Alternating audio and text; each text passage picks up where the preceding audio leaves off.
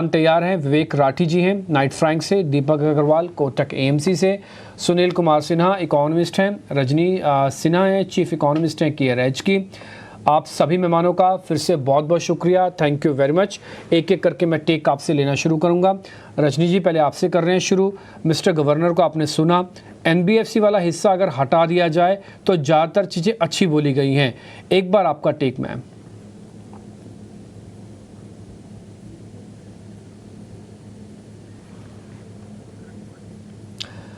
Ma'am एक बार unmute कर लीजिए ताकि आपकी आवाज़ फिर अच्छे से आएगी। तो जैसा कि आपने हाईलाइट किया, आरबीआई गवर्नर ने काफी पॉजिटिव पिक्चर पोर्ट्रे किया है। अगर हम ग्रोथ की बात करें तो ग्रोथ में भी उन्होंने ऑप्टिमिज्म दिखाया है और जो ग्रोथ प्रोजेक्शन था 7.2% का, उसको मेंटेन किया है। इन्फ्लेशन की बात करें तो उसमें भी compare to last meeting RBI governor थोड़े ऑप्टिमिस्टिक थे। उन्होंने कहा कि इन्फ्लेशन मॉनसून अच्छा रहा है और इन्फ्लेशन यहाँ से मॉडरेट होने का चांसेस है। But at the same time जबकि उन्होंने काफी पॉजिटिव पिक्चर पोर्ट्रे किया है, बट जहां पे भी कॉशियसनेस की जरूरत है उसको हाईलाइट किया है। उन्होंने कहा है कि इन्फ्लेशन मॉडरेट होने का चांसेस है क्योंकि मॉनसून अच्छा रहा है, but at the same time उन्होंने ये भी हाईलाइट किया है कि वेदर कंडीशंस के बारे में कुछ कहा नहीं जा सकता है, बाद में भी वो एडवर्सली इम्पैक्ट कर सकता है। जियोपॉलिटिकल कंडीशंस अभी ठीक नहीं है। हमने लास्ट वन मंथ में देखा है कि कमोडिटी प्राइसेस सडनली शार्पली बढ़ गई है चाइना स्टिमुलस के कारण। तो ये सब कारणों के कारण अभी भी हमें कॉशियस रहने की जरूरत है इन्फ्लेशन के बारे में। तो उन्होंने जैसा कि आपने कहा पॉजिटिव पिक्चर पोर्ट्रे किया है, but at the same time उन्होंने ये भी दिखाया है कि अभी भी हम लोग को कॉशियस रहने की जरूरत है। इन्फ्लेशनरी रिस्क कुछ रिस्क अभी भी है। जी नहीं, बात बिल्कुल ठीक है कि उन्होंने चेक एंड बैलेंसेस किया है, ऐसा नहीं कि सबको खुश कर दिया। ये बात कह के देखिए सब कुछ ठीक है, उन्होंने कुछ कुछ बातें ऐसी भी बताई हैं बीच में कि जिसमें अभी भी कॉशियस है। हालांकि उन्होंने स्टांस चेंज कर दिया अपना, वो न्यूट्रल पे ले आए हैं। एक बार मिस्टर सिन्हा भी मेरे को स्क्रीन पर दिख रहे हैं, उनसे भी मैं जरा एक बार पता कर लेता हूँ। सुनील कुमार सिन्हा, सुनील जी नमस्ते, जरा आपका टेक क्या है बताइएंगे प्लीज़। देखिए, जो आज की पॉलिसी है उससे एक चीज तो साफ जाहिर होती है कि जो इकोनॉमी है वो एक ऐसे मुकाम पे है जहाँ पे ग्रोथ अभी भी रेजिलिएंट है। और जहाँ तक इन्फ्लेशन का सवाल है, इन्फ्लेशन में कुछ गिरावट जरूर देखने को मिली है, परंतु जिस किस्म के अभी जियोपॉलिटिकल हालात हैं और जिस किस्म के नंबर्स इन्फ्लेशन के आ रहे हैं, जिसमें कि अभी जो नंबर है वो ये जरूर दर्शा रहा है कि इन्फ्लेशन सीपीआई इन्फ्लेशन कम हुआ है, परंतु वो ज्यादातर जो है बेस इफेक्ट की वजह से है। और जैसे ही अक्टूबर ऑनवर्ड्स बेस इफेक्ट घटेगा, उसके एक बार फिर बढ़ने की संभावना है। तो ऐसी स्थिति में जो सबसे महत्वपूर्ण अनाउंसमेंट आज की पॉलिसी का है वो है change in the policy stance. इससे पहले कि आरबीआई रेट कट की बात करे, स्टांस को चेंज करना जरूरी है, और वो आज की पॉलिसी में हमें देखने को मिला है। चेंज इन स्टांस की वजह से एक चीज तो बड़ी साफ हो जाती है कि अगर आने वाले समय में जो इन्फ्लेशन की ट्रैजेक्टरी है वो अगर अपेक्षा के अनुरूप रहती है तो पॉलिसी दरों में कटने की संभावना बढ़ जाती है। ये नहीं है कि पॉलिसी रेट कट होंगे ही होंगे, परंतु संभावना जरूर बढ़ जाती है, क्योंकि जब आपका स्टांस न्यूट्रल है तो आप जो है ओवरऑल पॉलिसी रेट को बढ़ा भी सकते हैं, घटा भी सकते हैं। तो ये एक महत्वपूर्ण बात है जो नोट करनी चाहिए।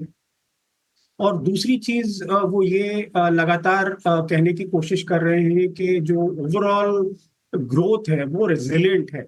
तो ग्रोथ के टर्म्स पे बहुत ज्यादा इस समय वरी करने की जरूरत नहीं है, और ये सारी चीजें तब हो रही है जबकि जियोपॉलिटिकल कंडीशंस बहुत कंड्यूसिव नहीं है। फिर भी हम अपने जो जीडीपी की दरों को बरकरार रखने में कामयाब हुए हैं। और जहां तक इन्फ्लेशन को फाइट करने का सवाल है, वो भी जो है काफी हद तक कामयाब रहा है, परंतु अभी मंजिल दूर है। तो कोशिश यही रहेगी मॉनेटरी पॉलिसी या जो अभी अनाउंसमेंट हुए हैं कि इसको ड्यूरेबल बेसिस पे 4% के आसपास लाया जाए, और उसकी संभावना जो है वो fourth quarter of this fiscal या अगले साल के फर्स्ट क्वार्टर में नजर आ रही है। तो हमें पॉलिसी रेट कट के लिए अभी भी शायद कुछ वेट करना पड़ेगा। ठीक है, ठीक है। पॉलिसी रेट कट के लिए थोड़ा वेट करना पड़ेगा, सुनील सर का ये कहना है। लेकिन ये कि हाँ, थोड़ा सा माहौल ज़रूर यहाँ से बनना शुरू हो जाएगा, क्योंकि स्टांस को न्यूट्रल किया गया है विड्रॉल ऑफ अकोमोडेशन से घटा के। लेकिन जो एनबीएफसीज को लेकर थोड़े से सख्त लहजे में आरबीआई गवर्नर शक्तिकांत दास ने कहा, उन्होंने कहा कि एनबीएफसीज बिना रिस्क मैनेजमेंट किए लोन बांट रही हैं। तौर तरीकों पर सीधे तौर पर सवाल उठाए गए और उन्होंने ये भी कहा कि हम ज़रूरत पड़ी तो एक्शन भी लेंगे। हमारे साथ इंडस्ट्री के रिप्रेजेंटेटिव भी हैं, मुथूट माइक्रोफिन के सीईओ सदाफ सैयद साहब हैं। सदाफ जी नमस्कार, अभिषेक बोल रहा हूं मैं। सर ये बताइए कि आप इस कमेंट को किस तरह से देख रहे हैं? मैं कोई कंपनी स्पेसिफिक तो टिप्पणी कोई नहीं कर रहा है, बट हाँ ये चीज़ें लगातार बार बार उठ रही हैं, तौर तरीकों को लेकर सवाल है। आपका व्यू क्या है सर, और किस तरह से आप देख रहे हैं इस कमेंट को आरबीआई गवर्नर के? देखिए अभिषेक, आरबीआई एक बहुत ही प्रूडेंट रेगुलेटर है। काफी प्रोएक्टिव उन्होंने पॉलिसी मेकिंग में साथ दिया है, जब से कोविड और उससे पहले भी।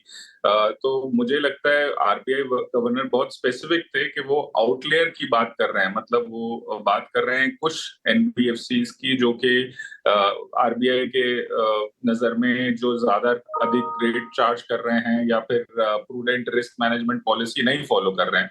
उन्होंने बहुत क्लियरली बोला कि ये वाइडर एनबीएफसी स्पेक्ट्रम के लिए नहीं है। तो मेरा मानना ये है कि ये सही स्टैंस है, क्योंकि कुछ एक दो आइसोलेटेड एनबीएफसीज जो नहीं फॉलो करते हैं उसकी वजह से सेक्टर का नुकसान होता है, एक परसेप्शन गलत बनता है।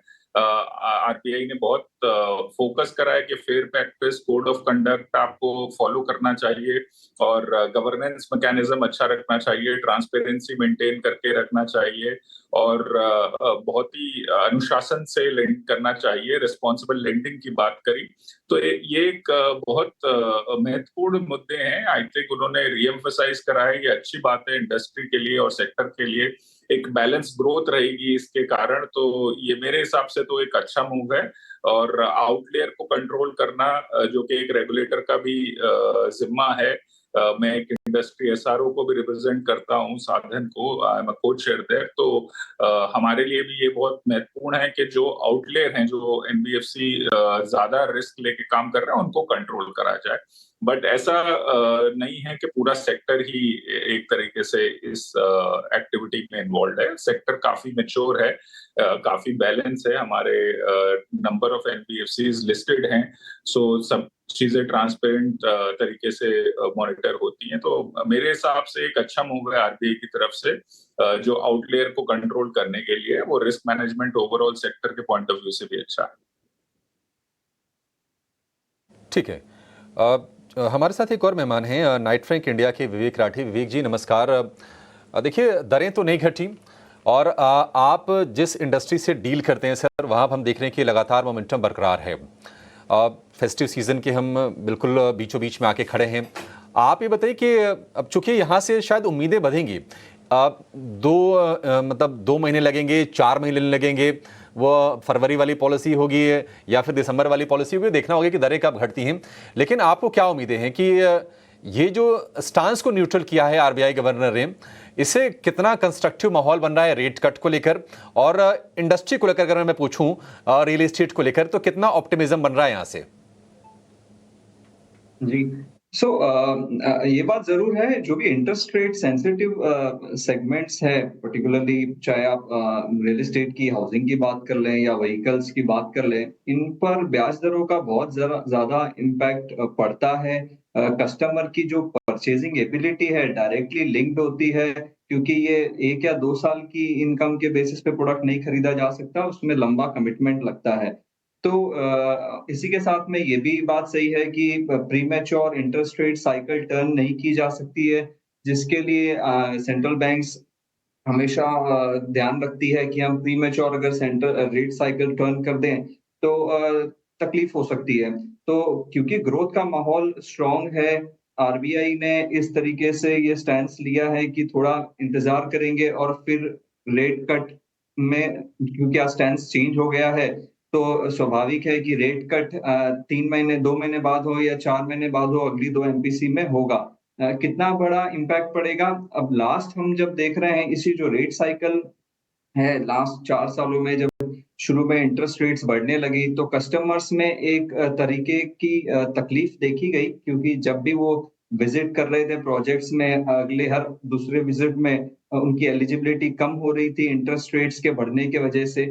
लेकिन फिर भी क्योंकि होम बाइंग को लेकर के सेंटिमेंट इतना पॉजिटिव रहा है लास्ट 4 सालों में और इनकम ग्रोथ भी हुई है, जिसके वजह से कस्टमर्स ने इन बढ़ते हुए ब्याज दरों के बावजूद अपना कमिटमेंट जो है प्रॉपर्टी परचेज को लेकर के वो जारी रखा।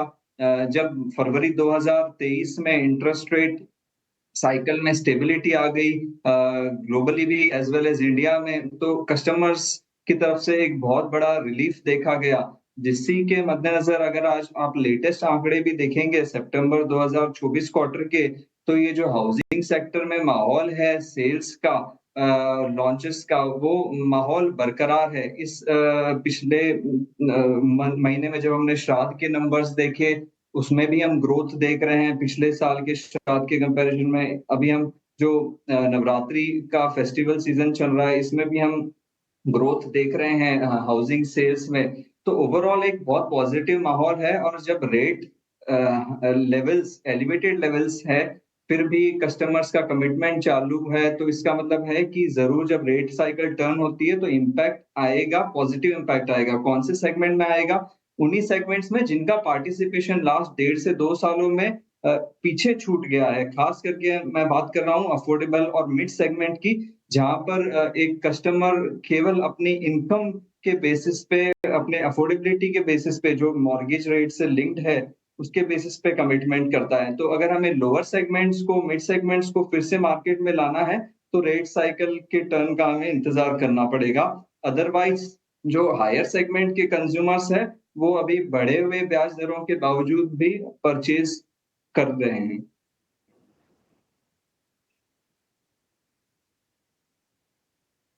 ठीक है, तो अलग अलग मेहमान अपना व्यू पॉइंट दे रहे हैं। दीपक जी से हमने प्री पॉलिसी से पहले भी एक बार टेक लिया था और अब पॉलिसी के बाद भी उनका एक टेक ले लेते हैं। दीपक जी, एक बार आपका टेक, आपने इस पॉलिसी में क्या रीड किया?